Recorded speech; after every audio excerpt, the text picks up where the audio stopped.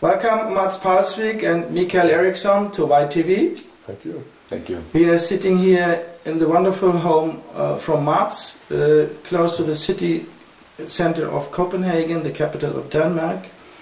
And Mikael came from Stockholm some days ago, from Sweden. And we would like to start with a short background sketch of you both. And Mads, if you perhaps could start to tell us where do you come from, why did you end up in politics? First of all, I am a former investment banker specializing in fixed income. That would be trading government bonds and futures and options. And I've been working for corporations like Credit Suisse, First Boston, Barclays and Morgan Stanley in London and Hong Kong. And I am going into politics because I have had some years of studying and realizing how a lot of stuff could be done a lot better. And I think that the government institutions actually, they're not doing what they say they're doing. We have a Ministry of Defense that is attacking. We have a welfare state that's not providing welfare, but attacking because Denmark participated in the NATO and American wars against Libya and Iraq, Afghanistan and Syria. Correct. And I'm very much opposed to that. And it turns out a few years after, everybody's opposed to it. So every time there's a war, I'm against it, and we go down and bomb some nations, and a few years later we all agree it was wrong, and it was based on a false flag, a so-called a lie. And then next time there's a war, we do it again. So I started a political party 2.5 years ago, and I'm trying to get into parliament on the next national election, which will be sometime here in the spring or early summer. Yes, thank you. And Mikael Eriksson, your background? Yes, I have a background within the security branch, and I have also worked for about a year at a bank in Stockholm, and where I learned that the bank started suddenly lend out more money than they actually had, which made me go wondering how this was possible. And it's been on my mind ever since, until I learned about fractional reserve banking. We started a party back in Uppsala a few years ago called Free Citizens. And my main goal was to reform the Swedish constitution, because Swedish politics and public sector is totally corrupt. Well, that's basically it. Yes. And now we would be interested if you tell a little bit more about your parties. We start with you, Mads. Your party is called JFK21, a very strange name. What is behind that, and what is the topics of your program? It's a very strange name, and if you measure on how many people who have tried to convince me that it's a bad name, it makes me even more certain that it's actually a very good name. If you know how many people who rang me up and wanted to have a meeting with me, promising they would do whatever they would do for our party if only I changed the name, and then I haven't seen any one of them ever again. Which is a bit weird if you really like the political party program, and the only thing you are against it is the name, for then not to be seen ever again is very strange. So the name JFK21, first of all, represents a lot. It represents John F. Kennedy, who the last 3 months he lived with Executive Order 11,110 issued government money through the Ministry of Finance. One of the ways we could do it, and because we want the government to issue the money, not the privately owned banks. Or the central bank in America, the Federal Reserve. The Federal Reserve is privately owned, but most importantly, actually, I think all national banks should be government owned if they have the name national bank. Otherwise, it's not a national bank, right? So I think that is of course wrong. Banks, they say, and even the educational institutions of the West claim that banks are only the middleman between lenders and borrowers. But actually what they're doing is they're creating money. only the coins and the notes are created in the central bank / national banks. And nationalized, yes. Yes. So basically, privately owned banks are issuing money when they make loans. And that means that since the bank's boards can decide when they decide to increase the level of lending in a country or decrease it, that means that almost the entire power over each nation's economic well-being is in the hands of a very, very few bank boards. Unelected bank boards. And so that is very important. So that was the JFK name. And then we call it JFK21 because we're very much opposed to the Agenda 21, which is the globalist agenda of getting all human beings into huge urban areas. We have the name freedom. So JFK stands for Earth, Freedom and Knowledge. So we are very much pro-freedom. And you are limiting people's freedom if you are enforcing all of them living into a small space. We believe it should be people's choice whether they want to live in urban areas or in the countryside. And we believe there are being created more and more obstacles for people who want to live in the nature. And we are definitely opposed to that. Yes, yes. So I think that's about the name. Yeah. And the main topics, what is the most important reform you want to introduce in Denmark? So obviously the most important reform is money creation. Our key issue number one is that the Ministry of Finance should create the money, not the privately owned banks. So basically the democratically elected government of our country should decide how much we are increasing the monetary base each year, or whether it should be decreased for some reason. I can't see why that should happen, but it should be decided politically in full transparency for the population, and ideally decided before the election as much as possible, so we don't have any surprises that you have a politician promising something and then doing something else once they're elected. So that's probably the key issue. But again, in the name freedom is also a lot, because we believe that most parties at the moment in Denmark certainly are in the pocket of the multinational corporations. Yes. May I just cut back to the banking reform, so that is very clear for everybody.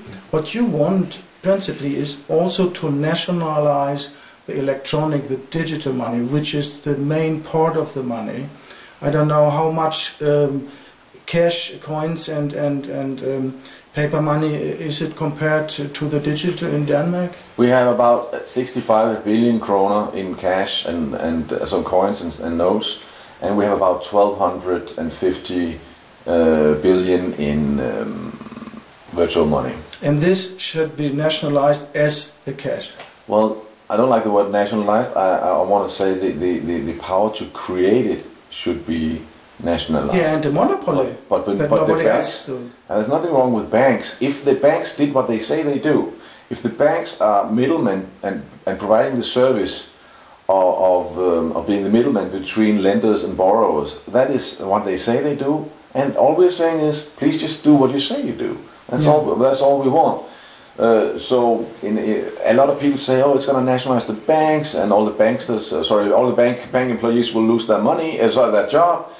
But I don't believe that's going to be the case, because what we see now with the capitalist system we have right now, which is a winner-takes-all capitalism, where you have all these mergers and you see that all the power is ending up in very, very, very few corporations, and they're highly inefficient. They're very powerful, they do a lot of lobbyism, and they do make money, but they're very inefficient, and a lot of it goes into bureaucracy. So we don't think that they should be in charge of the money creation. It should be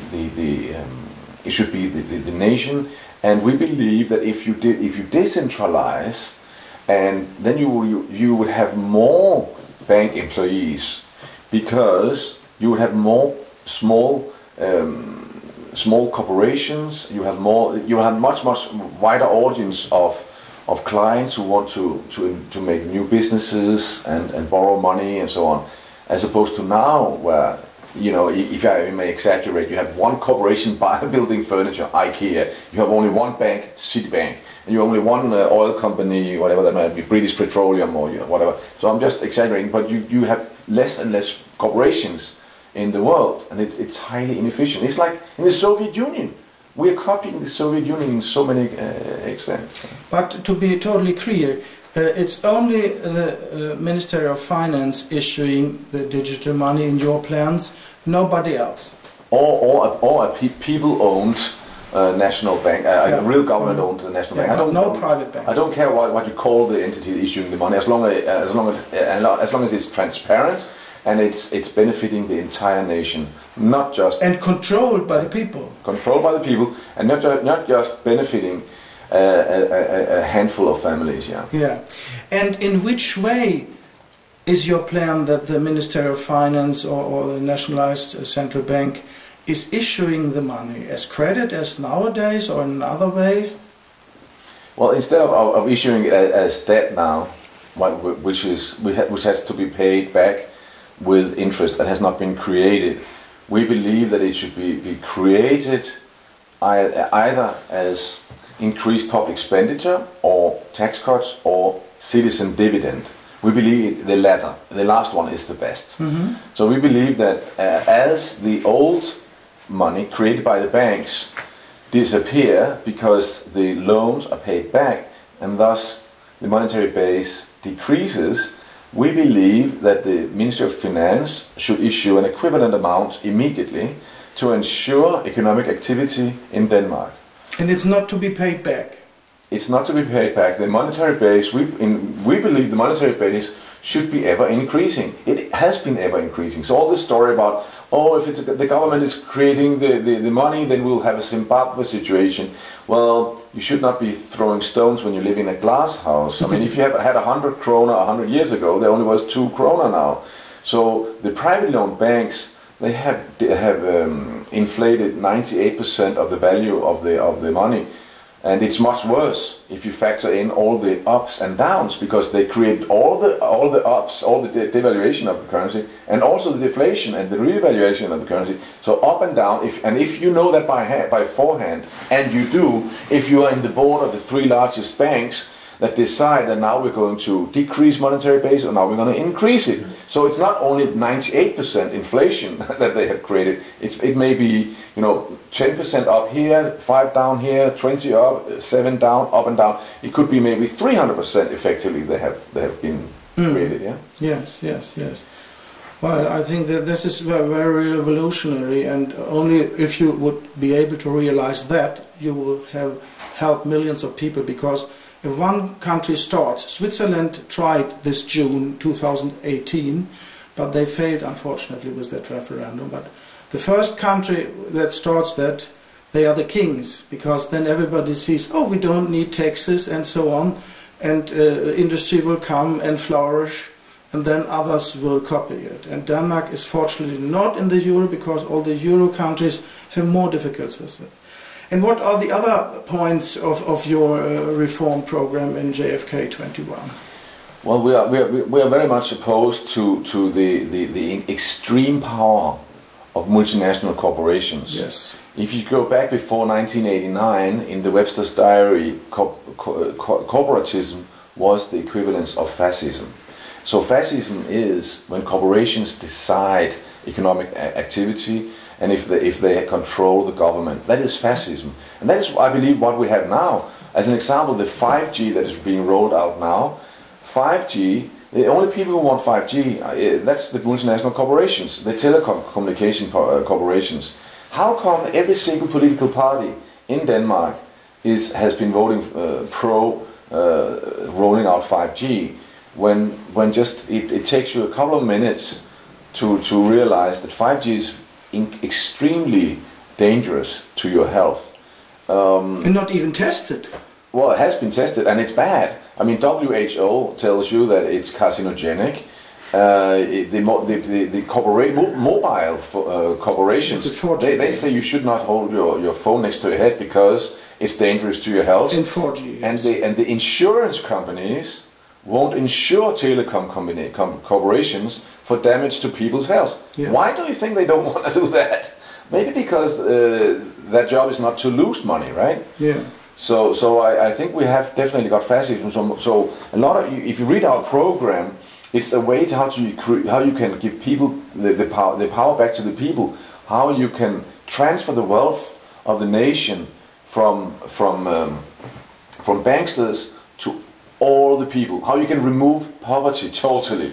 And I'm not talking about the scam which is called Bolshevism, where you ended up chopping the head off and killing millions of people. I mean, Holocaust was a Sunday school compared to what the banksters, how many people they killed in China and Russia and Cambodia and all Ukraine, Holodomor, yeah, exactly.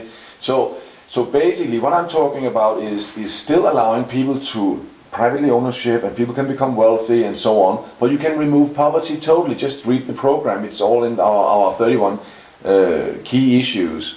So and also decentralization is very important to us, and also you know it's like huge corporations, if they commit atrocities to humanity, they should be closed down.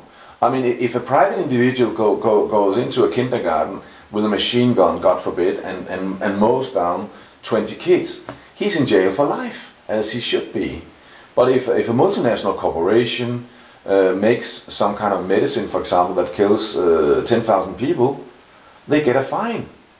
What? What's going on? Do you have some programs against the lying mainstream media? Yes, we do. I mean, basically, if you are a state-run public service media, then you should tell the truth, and not just copy-paste from Reuters and Ritzau. And certainly, when you make mistakes, they should be amended immediately. And we also have another one, which is nobody can own more than one media. I mean, you can own, of course, you know, own a newspaper and a television channel and so on, but you should not be allowed to own all of them. Very good, yes. Yes. Okay, other important points you want to mention? Well, we have a lot. I think the most important is the bank reform. Then it's the tax reform. I think it's important how you remove poverty. I think it's very important. I can maybe just very quickly run into that, and then of course the decentralization, and then moving the power, political power and the wealth from corporations to human beings. This is the main topic. And how you remove poverty is so simple, you almost want to cry. It's just number one, which we've been talking about. Take the power of money creation back to the people. You can be funding a lot of the welfare state and ensure everybody has a dignified life. That's number one. Number two, people should not pay interest. Because if you don't pay interest, then every time you pay back your mortgage, your rent or your mortgage, that you are actually saving at the same time. So the money we spend now for living goes to the banks, but in our system, you'll be saving for your retirement. So you mean what the Muslim banks are doing is better? I'm not an expert on Muslim finance. I just want to have a system, and it's very easy to do. You can still have all the interest you want for corporations, because this is basically a decision whether you want to share the wealth creation in the corporation between equity holders or bond holders. The bondholder has a right for a fixed return, and equity holder has a right for a variable return. You don't know how much you're going to make. Mm-hmm. So that's a bet that the corporations can do, and I don't care about that. That's their job. But human beings, there's no reason we pay interest. You could have a publicly run or privately run mortgage institute that lends out to your house and your car. Not a problem. And you can even, in a country like ours where we would be paying citizen dividend, you could also lend them money, having maybe 2 or 3 months' salaries as an overdraft facility in your bank, either privately owned or publicly owned, without interest. There's no reason why human beings pay interest. And this is a huge part. In Denmark we pay 200 billion kroner in interest. And the third one, this is also an important one, A lot of people know something called a Tobin tax, but that's actually a small version of it. It's a tax on currency trades, bond trades, and equity trades. What we're proposing is a full percent tax, 1% tax on all transfers of money, digital money, not cash. So that means that human beings can use cash for their daily necessities, but corporations cannot avoid contributing to the society that they're benefiting from. So basically, these three things, if you take back the power of money creation and people don't pay interest, corporations can do it, but not people. And thirdly, put a tax on transfers of money. If you do those three things, you can remove poverty immediately. You guarantee everybody have a minimum of a middle-class standard of living, and you can even do it while removing the income tax and the corporation tax. What's your stand on cash? I think cash is great. We should have more of that because we have the word freedom in our name: earth, freedom, and knowledge. And human beings should have as much freedom as possible. Thank you. Mikael Eriksson, what is the name of your party you are leading in Sweden? I'm leading the party, the Populisterna, which is a populist party because we try to be the voice of the people, and populism is all about giving a voice to the people. Yes, and what are the main topics of this party? The main topics are to put an end to fractional reserve banking, to let the National Bank of Sweden issue money to the public sector, government projects, and the basic income. But aren't they already issuing money? All the coins and paper money are coming from the central bank. Yes, that's true, but they are only adding up to about 2% of the total amount of money in circulation within the Swedish economy. All the rest are being issued as debt creation, putting out debts to the citizens. Digitally, yes, in the computer world. Yes.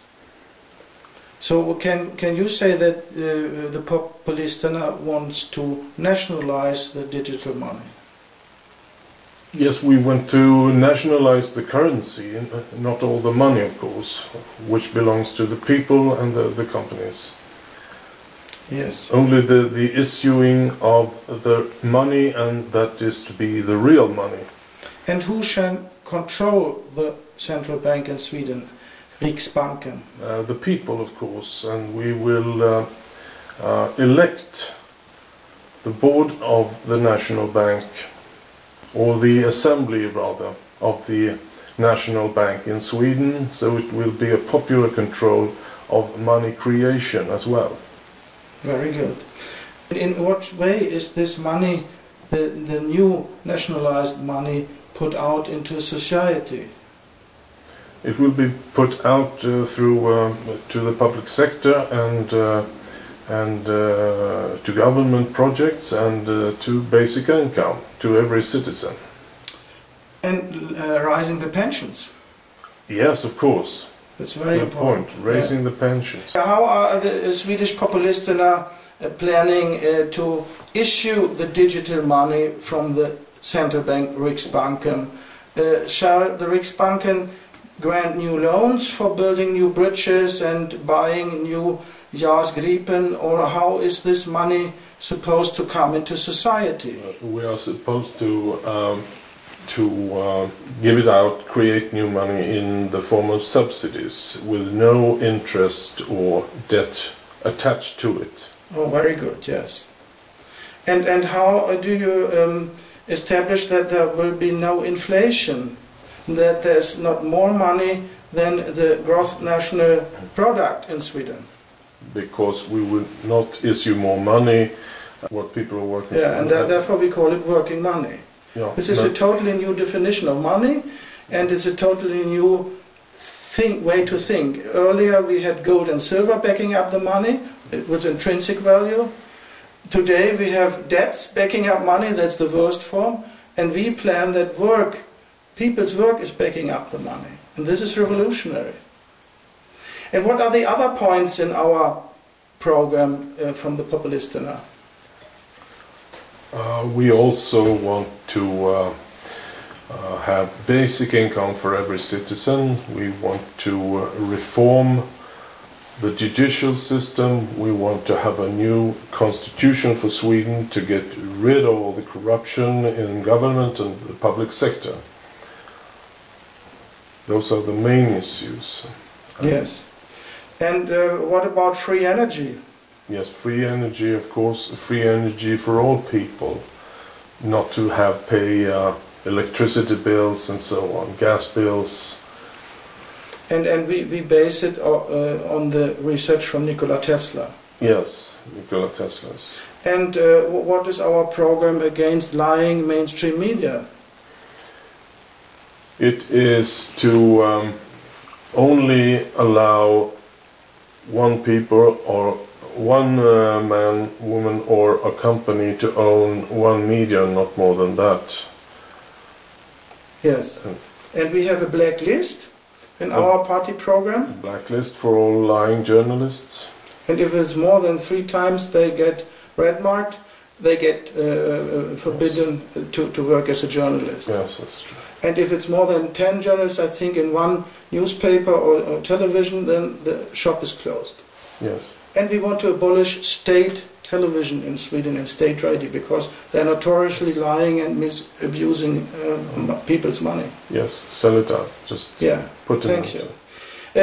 Now it would be very interesting to hear how did those two parties met?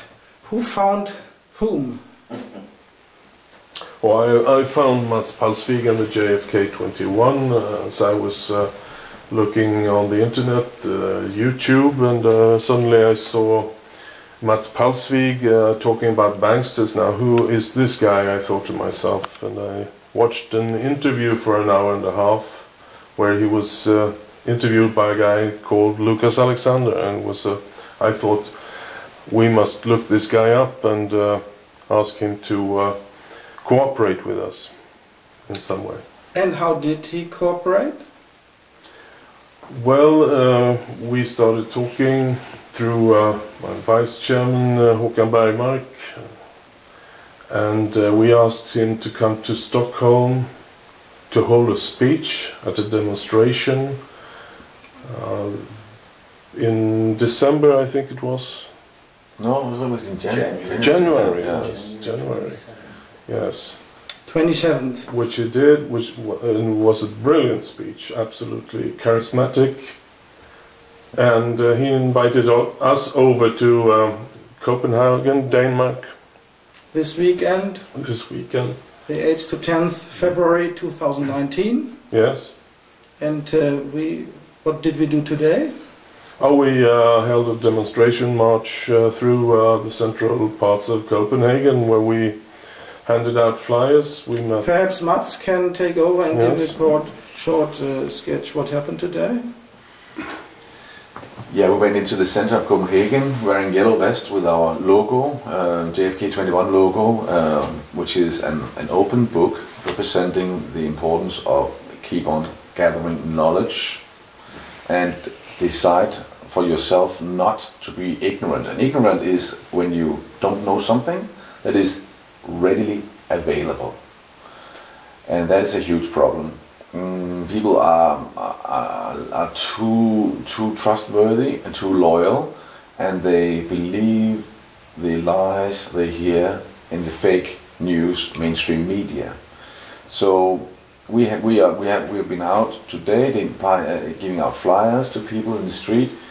And yesterday we were working on inspiring each other and studying how to be able to get our message out, since we are both parties, as I understand it, are being totally held outside of mainstream media. It's like being in the Soviet Union, basically.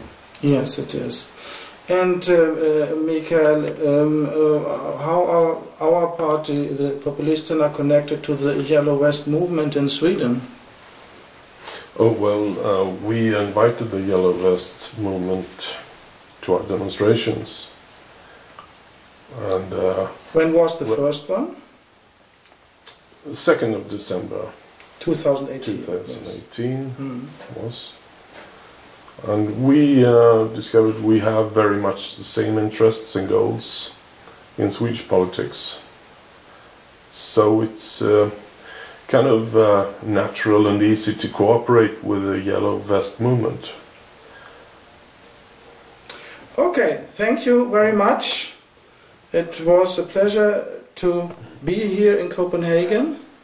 We had wonderful days and we were very happy that Mads came up to Stockholm the 27th of January 2019, and we plan to work closely together and to connect even to Finnish and Norwegian parties, also having the banking reform as the main topic. Thank you. Thank you very much. Thank you.